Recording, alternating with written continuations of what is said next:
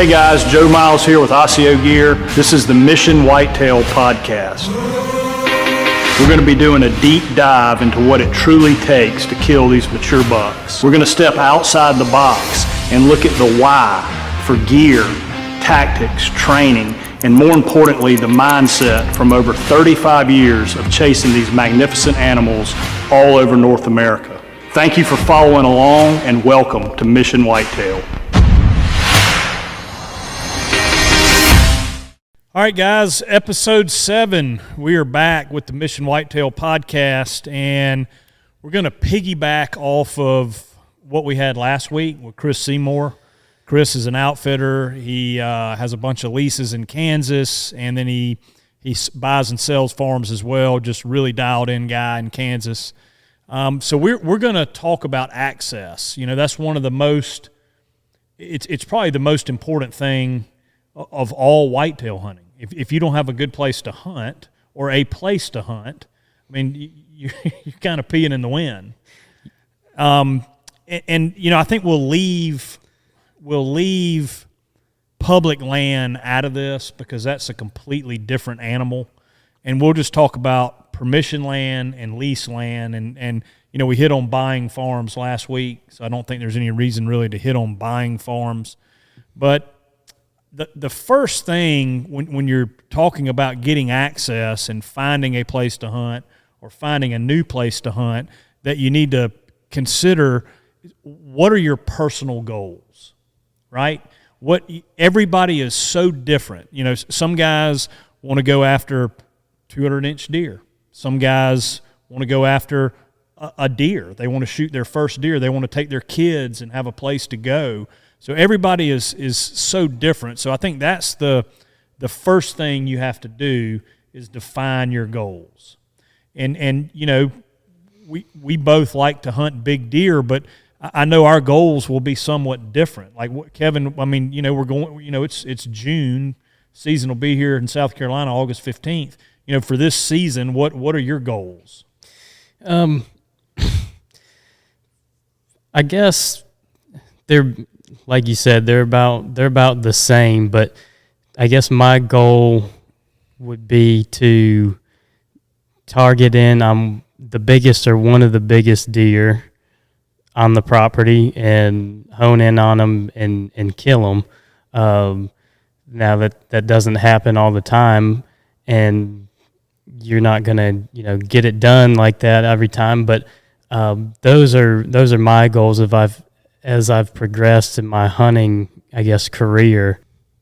Yeah, I think, you know, a lot of guys fall in that camp, but again, you know, guys fall into, you know, like for the hunt club, for example. I've got guys that just want to take their kids down there, and that's their goal, is to go and have their kids shoot a deer. And you know, from a personal standpoint, I want to try to find the biggest deer I can possibly find, whether that's in Canada, Mexico, Illinois. I want to try and find the biggest deer I can find and hunt him wherever that might be.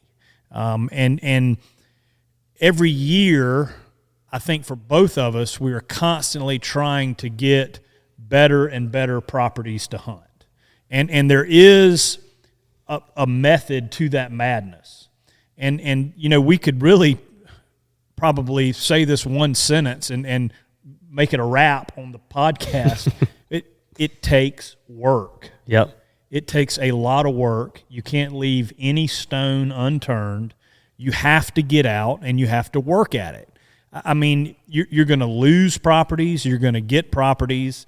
You know, the popular thing now is the door knocking. You know, that's become real popular. Guys finding spots and going and knocking on doors. So you can definitely do that. You can find pieces of property that are for lease. You know, you can use all your contacts. And I think for me personally, having been doing this for, you know, 30 some odd years, I've developed a lot of contacts and a lot of really good relationships over the years. So if I was going to go try and find a place in North Dakota, I'm just throwing that out there, you know, I would start by looking at who all I know from North Dakota, who I've done business with, who I've hunted with, and then that's where I would hone in and start, because it is hard door knocking. You know, it can be done, but that is a difficult thing to do. That is a hard nut to crack. But I think you develop contacts and you continue making contacts. To me, that seems to be what's been the most successful for me. And what do I mean by developing contacts, right? Let's just take Illinois, for example. You know, I had a 29-acre lease there that killed some really big deer on, and I had a guy that he had a bunch of guys, and he went on one of our dove hunting trips, and he lived in Illinois, and I asked him about the big deer, and he said, "Oh yeah, I hunt them on public ground. You know, I've got some really good public ground spots. I'd love you to come out and hunt." So sure enough, I went out there and hunted, and he and I became buddies, and he introduced me to some of his other buddies, and me and a guy named Mark Beck became friends, and Mark owned a big farm, and we started hunting together, and his family would come to our beach house. You know, they would come over to the beach and stay with us during the summer, and I'd go hunting with him and hunt on those leases during the fall. So, you know, that's just an example of how you work with the contacts that you have. Now, Kevin, for example, you're going to go to Illinois. How would you develop contacts? You know, how would you do that? You know, let's say tomorrow you've got 2 weeks off to hunt in the rut. How are you going to go to Illinois and develop contacts and find somewhere to hunt? Going through your contacts list and calling up everybody. I'll have old Joe reach out to them for me. If I knew I had 2 weeks to hunt and I was going to Illinois, I would probably, I don't really know of anybody off the top of my head that I know that actually lives in Illinois, but I would probably talk to, say you weren't in the picture, but I would talk to somebody who has some kind of, like if I've never been, I'd talk to somebody who has some kind of hunting experience in Illinois, or go on, you know, some kind of Facebook group, Illinois Hunters or whatever, and kind of throw something out there, a post or something, and see if I get any bites on that. Anybody that wants to help, but I would definitely go on my map and check out the different properties in the area that I was looking to go, and kind of map out a few areas that I want to potentially knock on doors or something like that if we're keeping the public land out of this, and then go during the off season in the spring or this time of year, summertime, and kind of put out some feelers to see. I wouldn't just go, you know, for 2 weeks during the hunting season and try to wing it. Yep. So I like I said, I would look at the property map on my phone and kind of plug in a handful of different spots that I want to go to, and then go from there. Yeah, I think we can probably break it down to, you know, finding a lease, finding permission for an out-of-state spot, and then at home. How do you improve on what you have here at home? Some things that have worked for me here at home, like this past year, I shot 3 bucks in South Carolina, and all 3 of them were on permission spots. One of them, you know, was on a buddy of mine's property. He owns a huge farm. He's been my best friend since I was little, and he gives me permission to hunt on his property. So that's kind of a luck thing. The other property is one that I sought out that was a drainage off of a development that was in the county, so we could bow hunt on it. And I reached out to find out who the owner was, and my sister actually knew him, went to high school with him, and I contacted him, and he told me absolutely that I could go and hunt it. And I shot 2 really nice bucks on it with my bow, 40 acres, and it was an old, it was a development piece that he had, and then it fed off into, you know, wetlands that they couldn't develop, and it was 40 acres of wetlands. And, man, it's loaded with deer. It's one of those urban tracks. And, I mean, there's a couple nice ones that made it through, one really big one, and I've got permission to hunt in there again. And so let's talk about at home first, and then we can get in, go back to traveling. But at home, there's the relationships you need to make are with realtors and obviously landowners and developers.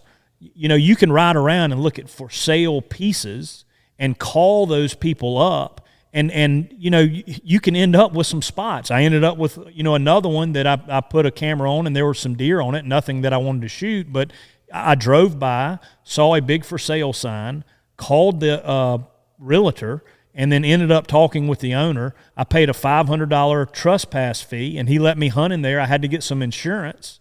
And that's something I would say that would be helpful for guys that are going to do that, is to go ahead and have like a liability insurance policy, like $1 million or $500,000 in liability. It's not expensive to get that. I think it was $100 or maybe $200 to get that liability policy.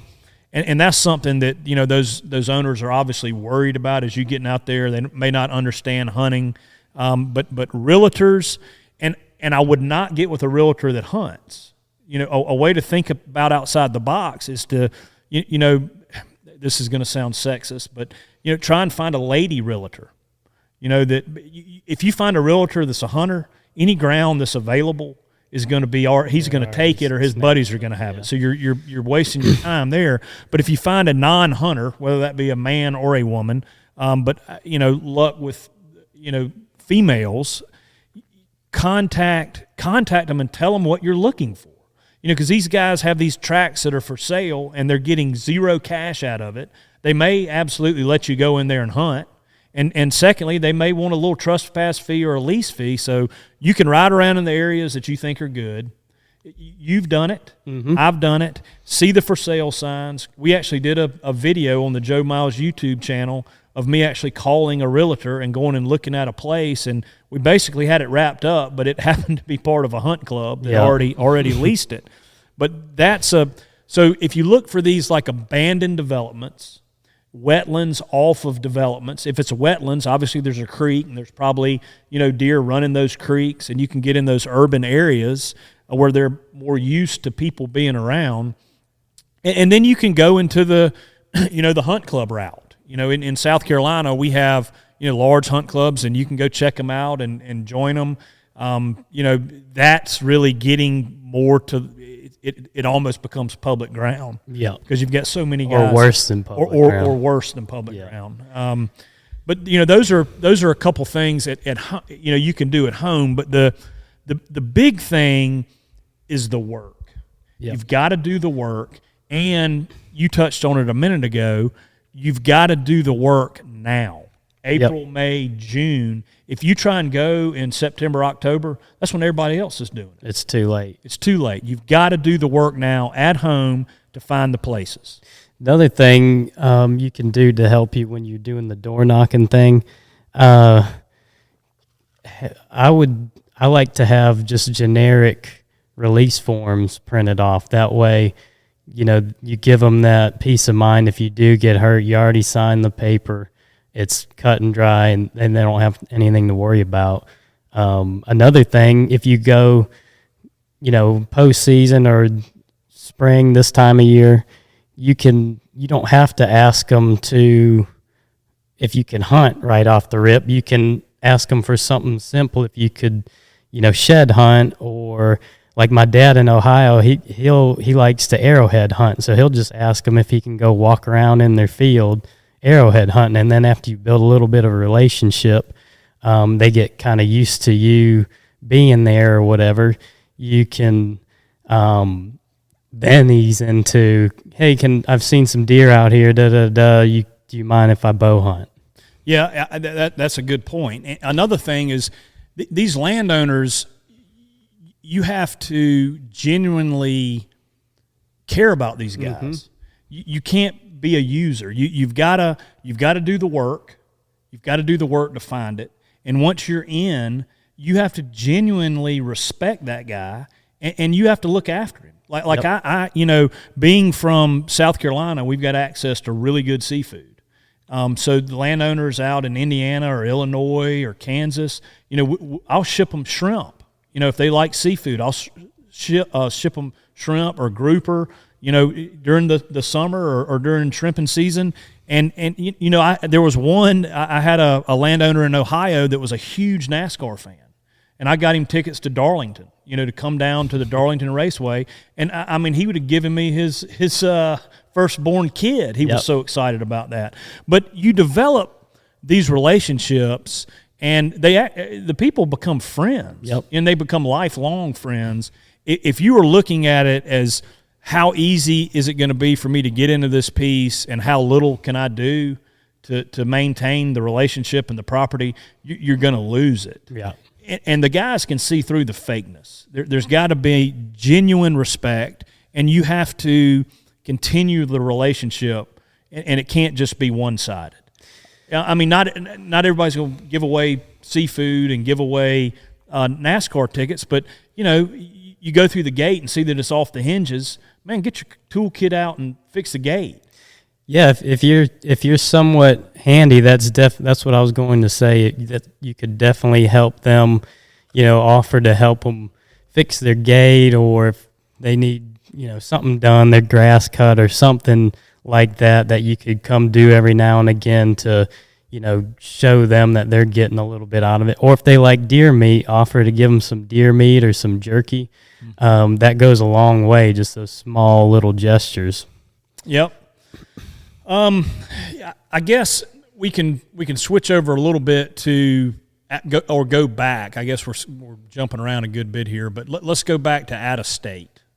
One thing I wanted to talk about too, before I forget, what do you like to look for? I know you're not just looking at the map and throwing a dart at the map. What kind of terrain features and areas are you looking at? Say for home, for example, what are you looking at, whether it be the topographic map, part of the state, if it's near water, river source or something like that? What are you looking for, size of the property wise, anything like that, to kind of narrow it down? What I look for locally is any like suburban area that will feed out to ag or feed out, like right on the edge of town, if you will. I love creeks, I love drainages, I love wetlands, especially off these developments or these old abandoned. A guy went in to build a golf course and it didn't work out, and it's just kind of sitting there in limbo, and it's grown up and it kind of feeds out to maybe an ag belt or down to a river. I mean, those places are absolute money. Yep. That's what I look for locally. We're near the Congaree River right here, and so up and down that river is just there's deer everywhere. The Saluda, the Congaree. We've got the Watery that's not far. Creeks, rivers, drainages. For an urban spot, that's what I look for. If I was going to get further away, I would probably, for guys that are in the South Carolina area, for bigger deer, I'd probably be up in that Fairfield area and look for a lot of hardwoods, because those, the protein and the mass from the acorn, those white oaks, in the Fairfield County area, that's bigger tracks, and that's kind of what I would look for up there. But having what I have here locally, I'm trying to add in my general area. Yeah. And so the little pockets, I've got 2 big tracks, a lease club, a permission farm, and then I've got 2 little 40-acre pieces. And then I'm trying to expand on those smaller pieces, because I really feel like I would rather have 8 small places to hunt than 1 giant place to hunt. Yeah, because you can bounce around to a completely different area. If you booger up one deer, you might have another one, in your other spot, and you can go hunt him and let the other spot, cool off, versus if you got one big 500 or 800 acre tract, he might be running that whole freaking roost, and you booger him up, you're kind of screwed for a little while, maybe even the whole season. I'm with you. I like that. Anything that's holding some decent water with that diversity, I love that. Those couple small tracts I got from 20 acres to 200 acres. They all have some kind of good source of water nearby and some kind of browse, whether it be greenbrier, all kinds of. I always want the hardwoods, whether it be white or red oaks, and they all just seem to be money. Every time I find a spot near some kind of good drainage ditch or river, they always seem to hold some good deer. I mean, that's exactly what I have found in our area as well. It's the creeks, the drainages, the rivers off of these urban areas that go out to big ag land or out to big woods is right on the edge. They're creatures of the edge, and those edges they're always money. Yep, the more edges you can get with the diversity, the better. Yep. All right, go ahead. Sorry for cutting you off. That's good. That's a very good talking point there. Let's go back to out of state. And the guests that we've had, I've asked them, that question, and I'll continue doing that for every guest that we have. Okay, tomorrow you've lost all your hunting spots. You've got to go to another state to find somewhere to hunt. How are you going to do it? And the generic answers of, I'll try and find a lease, or, I'll call so-and-so. I really want to, let's get down in the weeds here of, let's just do this. Let's take Chris Seymour out of the equation, and let's, I've lost, I can't hunt anywhere. No contacts, no nothing. No contacts, zero. You want to go hunt? I want to go hunt in Kansas. That's where I've got to go hunt. How am I going to do it? All right, the first thing that I'm going to do is look at the state as a whole and determine what part of the state I want to hunt. That's from a 30,000-foot view, and what am I going to look for, right? I'm going to probably look at harvest reports where the bigger deer have been taken. If there's any bow hunting only areas, I really like that. If there's big non-hunting areas, if I can find somewhere that doesn't allow any hunting, try to get on the edge. I'm going to do all that from Google and telephone calls. Maybe even call DNR and pick their brain. So that's where I'm going to start. And so once I find the area I want to hunt, the first thing I'm going to do is start looking for land that's for sale. I'm not going to look for a lease. I'm going to look, once I have that area, it may be a 100-mile by 100-mile area that I want to hunt. And if I know where that no hunting is, or where the bow hunting only areas are, then I'm going to start looking for land that is for sale in those areas. And then when I'm going to look at that real estate company that has those farms or those pieces of property listed, and I'm going to find a female realtor, probably a cute one. I know you wouldn't. If you're lucky. Yeah. And I'm going to call her, and I'm going to tell her exactly what I'm trying to do. I'm trying to find a place to come and bow hunt, and I will definitely pay her a finder's fee for helping me out. And, I'll run that rabbit. That would be the first thing that I would do, is identify 5 or 6 properties that are for sale that I get a realtor involved with to help me organize it that's a non-hunter. I'm also going to ask her, hey, do you have any connections with properties that I might could get on and hunt? And so that would be my first move. My next move is we're in June right now. Yep. So what I would do right now is, it's going to take time away from family. It's going to take time away from work. But I'm going to pick a Thursday, Friday, Saturday, Sunday, and I'm either going to drive, probably with gas prices the way they are right now, maybe may not as well drive. fly. Yeah, I'll probably fly out there and rent a car, and I will start going to these little towns that are in this area, and they always have little diners. There's always a little diner there, and who goes to the diner every morning for coffee and breakfast? The farmers. The farmers and the landowners. They're in their breakfast, and I will go in there, and I will start trying to make relationships. I used to do that in Illinois some, and it worked really well. A lot of the guys think you're nuts. You've come all the way from South Carolina to find somewhere to hunt deer, And so I'll start the relationships there in the diners. I'll go to the local feed and seed store. All the farmers are coming into those feed and seed stores every day, and I'll talk with the feed and seed people. It takes work, but I guarantee you, if I took that mentality and I actually did it right now in Kansas or Illinois or Kentucky or wherever, I'd be able to find a good place to hunt this fall, guaranteed. Guaranteed, I'd either get permission on a spot or I would be able to lease a spot. You know, and that's where it starts. These things take time. Mm-hmm. I mean, I've been hunting out of state, I don't know, since, let's just call it 20 years.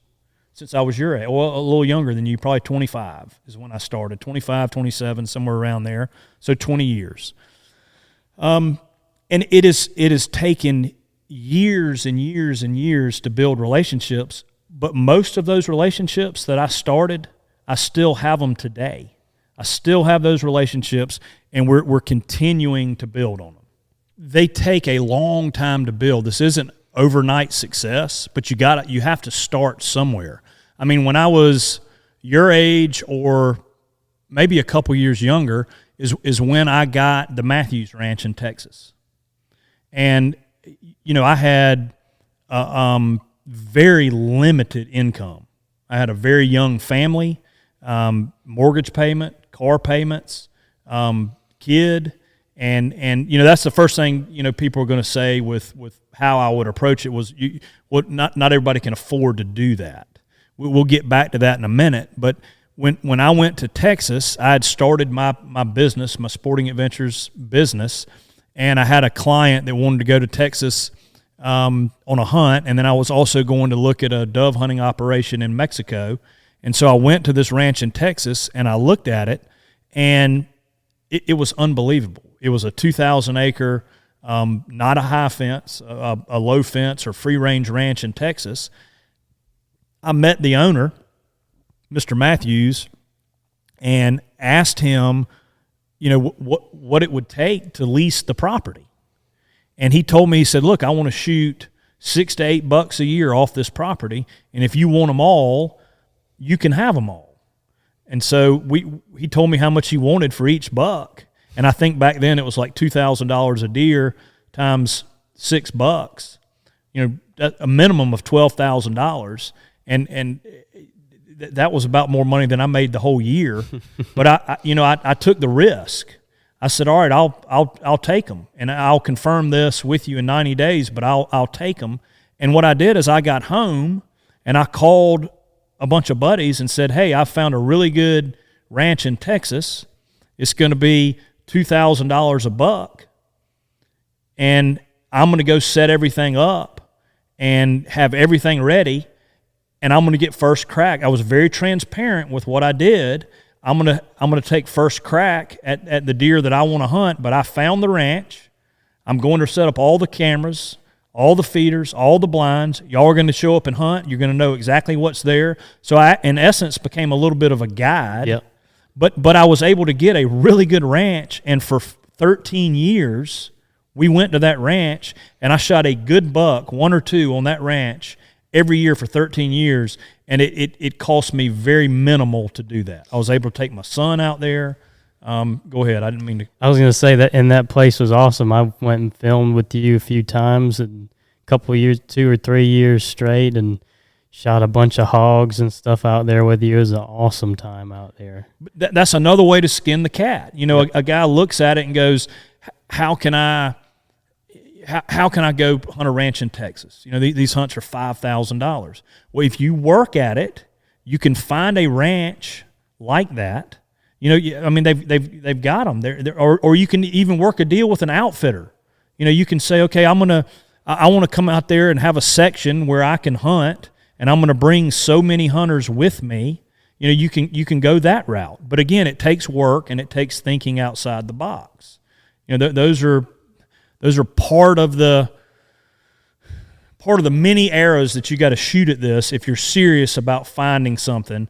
That's another way to think outside the box. The realtor We haven't even touched on outfitters. Yep. Okay, so here another really good example, Mexico. I'd hunted in Mexico for whitetail one time up until this past year. I contacted 4 different outfitters, and I went down there and hunted with 2 of them this year. And I was a number, right? I was just a number in the grand scheme of things. I went in, I did the hunt. One of the ranches I wasn't really thrilled about. There wasn't a real good management program there. The other ranch is absolutely world-class. It's world-class. Well, guess what? I don't have my ranch in Texas anymore. The owner passed away. So what have I done? I've taken all those guys that hunted with me on that ranch in Texas, and now we're going to be hunting in Mexico. Mm-hmm. And what does that do? That takes all of a sudden that Mexican rancher has got 10 new hunters or 6 new hunters or 7 new hunters that I've brought in. He's going to look out for me. Yep. He's going to take care of me. He's going to give me worth to him. I brought value. Value. I brought value to what we're doing. It's not one-sided. I'm not just a number. I'm bringing actual value to the equation, and therefore I've started that relationship. And that's going to build, and that's going to build, and that's going to build. And that's what you have to do is you've got to start the relationship. You have to bring value, whether that's the landowner, the realtor, the outfitter. I don't want hand-holding, right? I've been doing this basically my whole life. I want to get turned loose, but what man in his right mind that's never met you before is just going to turn you loose on his managed whitetail property? He's not. It takes time. You have to earn the respect. And there's ranches that I've hunted down there that they give me the keys to the gate and the passcode to the alarm system, and they're not even there, and they let me go have at it. But it's taken years and years and years to get to that.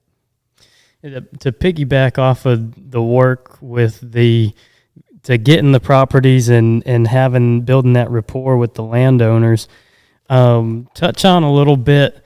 I know I see it every season how kind of, hunting it with pressure and different things like that, your properties can kind of change. So not only are you looking for new ones, but you're always looking to fine tune your setups and everything on the properties you have. I know even on the little 20-acre tract that I've been hunting for like the past 11 years, I'm always figuring out new little pinch points and things like that, and critiquing where my stand placements are, and touch on that a little bit. How I know you're always scouting the different, maybe same properties but different sections of the properties, and learning new things about them.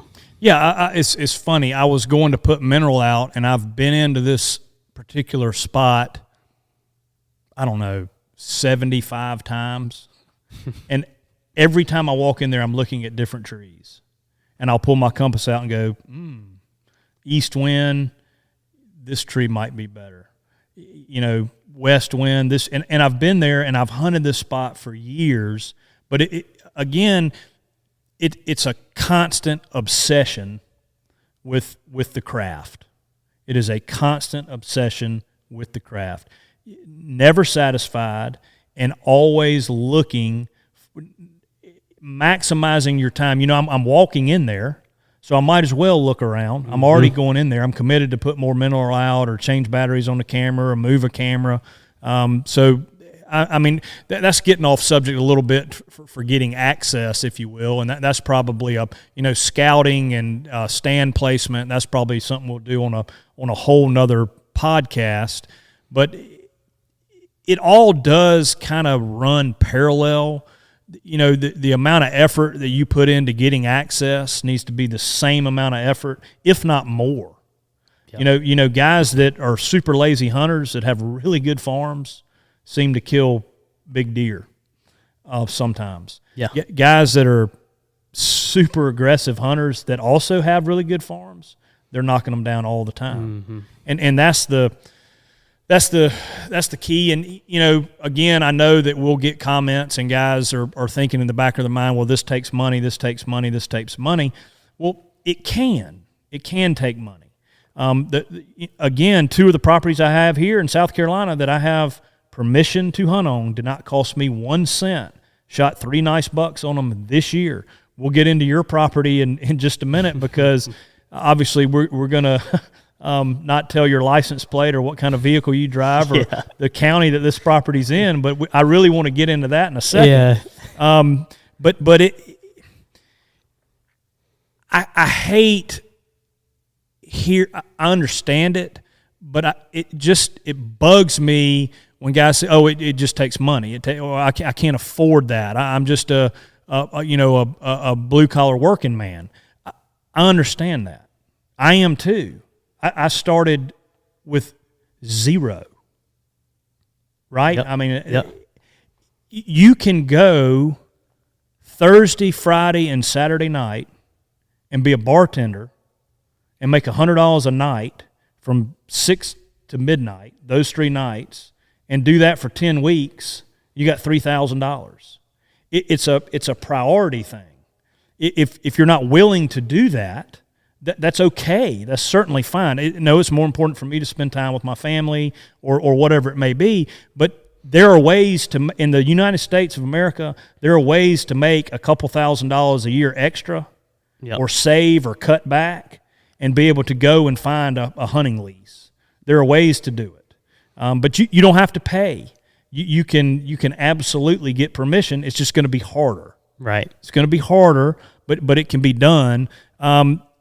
You are I think a perfect example of the hard work, using your connections. I mean, you killed on your permission spot 2 South Carolina record book deer.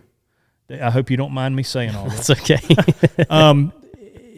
Again, we're not going to talk about obviously where this property is, but it's just a prime example of what hard work and making it a priority can do.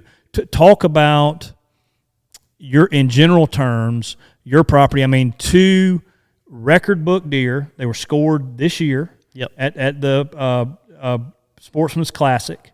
And, I mean, that's on a piece that you had permission to hunt. And 20 acres, 40 acres? Yeah, so like you, I think that deer hunting it's like an addiction to drugs or something for me. So it's always in the back of my head, when am I going to go? When am I going to be out in the woods? And so anytime I'm, talking to somebody over somebody's house, in the back of my head, if I'm there for a party, anything, I'm like, okay, this guy might have some property I can hunt, or maybe he knows a neighbor or he knows a realtor or something. And I kind of just one day, or for a couple of days, reached out to some high school buddies who I knew kind of lived in the area that had small tracts that they either lived on or, lived near that they had permission on, and went and checked out a handful of them and kind of narrowed one down that I really liked and messed around with a couple other ones, but they weren't that great as far as I guess diversity, so I kind of put them on the back burner. And the first year, I hunted that big deer property. I figured it out, but that's how I get it. That's how I get my properties. I kind of like the one that I just got up in the upstate. It's my father-in-law's dad. I went over there to help him grab a ladder one day. Then he lived right down the road, and I was like, this is a nice little hardwood bottom you got behind your house. And then next thing you know, I went back there a couple weeks later and I saw some does crossing through there. And then I got permission to walk around back there and found some, old rubs and some beds on a point. And I said, what do you, if anybody's hunting back here? And they go, no, nobody's been back there. We did have somebody, but I don't like them shooting big guns back there. And I said, well, I like to bow hunt, so, and it doesn't make any noise. So you think I could kind of, and that's how I get them. I just put the feelers out everywhere, and then whoever, if I get one to bite in a good area, I kind of just work on the relationship, and you'll be surprised how much you can, get away with and doing that, how many properties you can get a hold of. Yeah, I mean, a young guy came by the office the other day, just to sit down and kind of do a consultation, and all of his properties were just exactly what you're talking about. There, he got one from the church. He got one from, his newlywed, his wife's brother-in-law. It's not rocket science. What it comes down to is work and paying attention to and going after what you want. Mm-hmm. That's it takes work. It's not rocket science. There are some things outside the box, like the realtor, like the looking for the no hunting places, to really hone in on where you want to be. But it comes down to hard work, like everything else. Yeah, like you said, the building the relationship and bringing value to the landowner, whether it be, seafood, handyman, stuff like that, they eat that up. Yep. Or even, I know some buddies who, they're just they got permission from some older landowners who, their kids are your age and they've moved away out of state and all that, and they're just lonely. You stop by there and talk to them, sit down for an hour or whatever, and every now and again, and they love it. They showed them their war medals and all that stuff, and they love them coming by there. It's providing value and not having a one-way street. Right. And if you can provide value because you're getting something of value, I think that's important. But guys, if you got questions or we'd love to hear how y'all are getting access and what you're doing. Share it, and we'll bounce ideas off of each other because we're all trying to improve and get better access to more and more farms. Kevin, talk a little bit about we beat this to death, but it's June right now.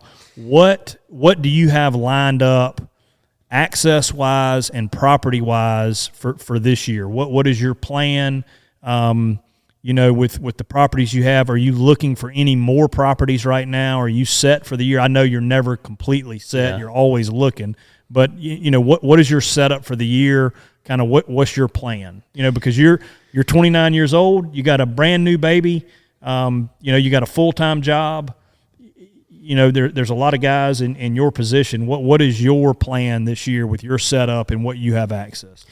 So, like I said, I'm always looking for new properties, but right now, I got the 4, maybe 5 lined up for this year. Some are right here in town. Some are, the Fairfield and even further upper state areas. So I'm kind of doing the off-season stuff like you are with running a few cameras, doing mineral, and I'm always walking around on these spots to kind of hone in, or at least the newer spots. I got a couple of them that I don't even mess with, but these newer spots, I'm walking around and finding new little areas to maybe set up, like you're saying, checking out trees and things like that.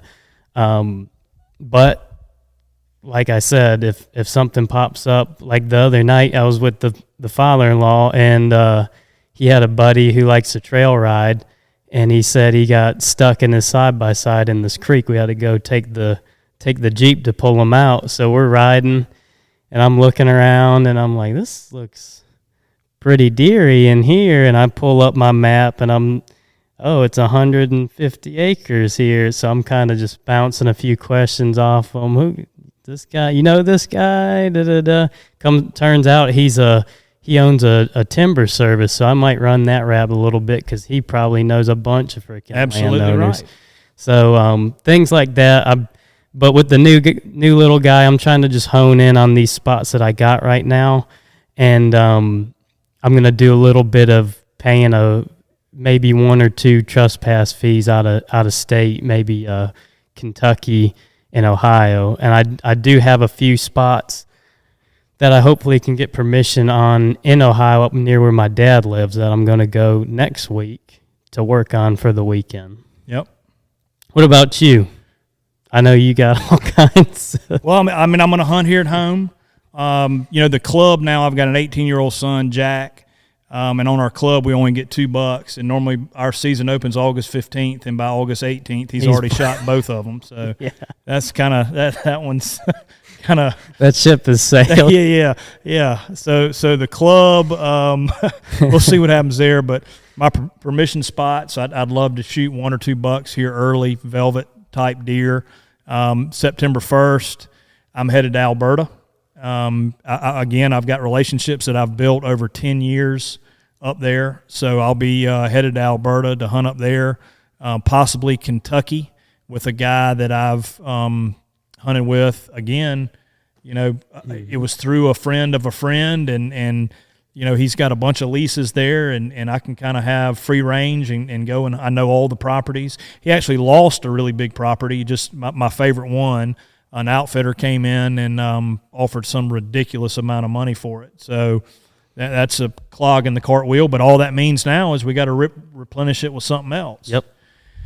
And then obviously hit Kansas during the rut this year. November, we'll be in there on a small farm that I own, and then a couple of leases that are out there, and then finish up. I've got invited to go to a bow hunting only county in Texas.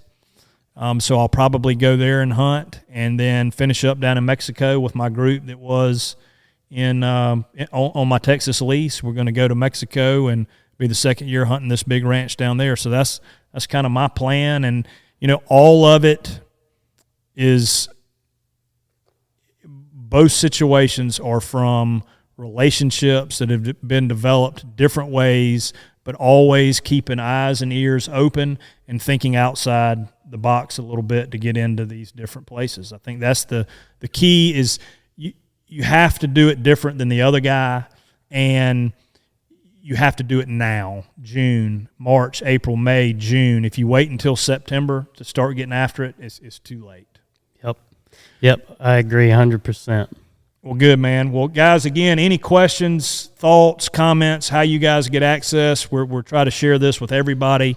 Let us know. Hit us up with any feedback. We appreciate it, and we'll be back here shortly. Thanks, guys. Thanks, guys.